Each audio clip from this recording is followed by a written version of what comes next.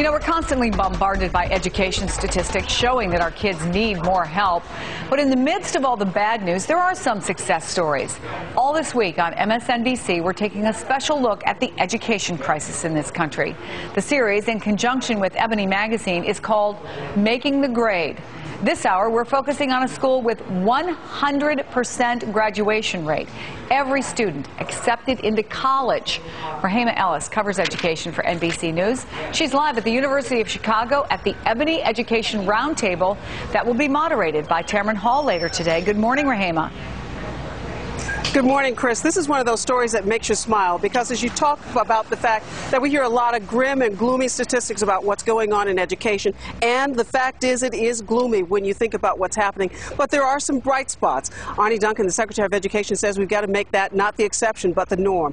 One thing is charter schools. It's a mixed bag in charter schools. You've got 1.5 million children in 5,000 schools and some 400,000 kids on a waiting list to get into those schools. That tells you that parents are eager for an alternative. Here in Chicago, they've got one alternative. It's called Urban Prep Academy. But think about this. In the city of Chicago, 60% of black men will not graduate from high school. And of those who end up going on to college, only 1 in 40 will end up graduating from college. It's those kind of statistics that brought this gentleman, his name is Tim King, who's standing here with me now. It made him say it's time to start something called the Urban Prep Academy.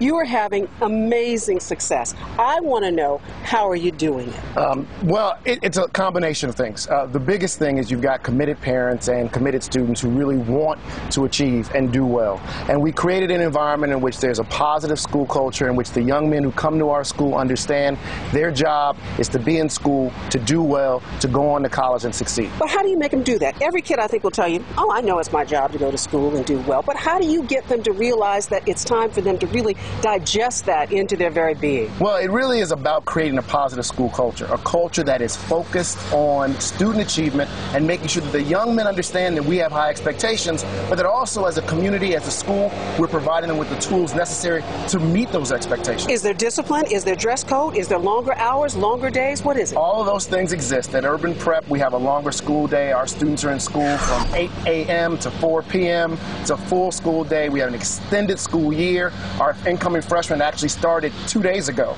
and it's still the summer here in Chicago, really, really hot.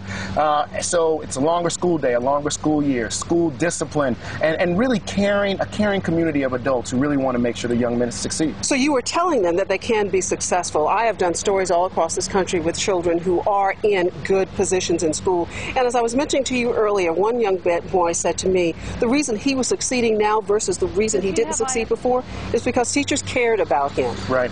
Yeah. Caring is key. These young men have often not had experiences in which there have been adults, particularly for our students who are all African-American males. They haven't had many African-American men in their lives who have really cared about them. We had one young man who said to me when he was a freshman, he said, I've got to get out of this school. Why? Because there are too many men telling me what to do.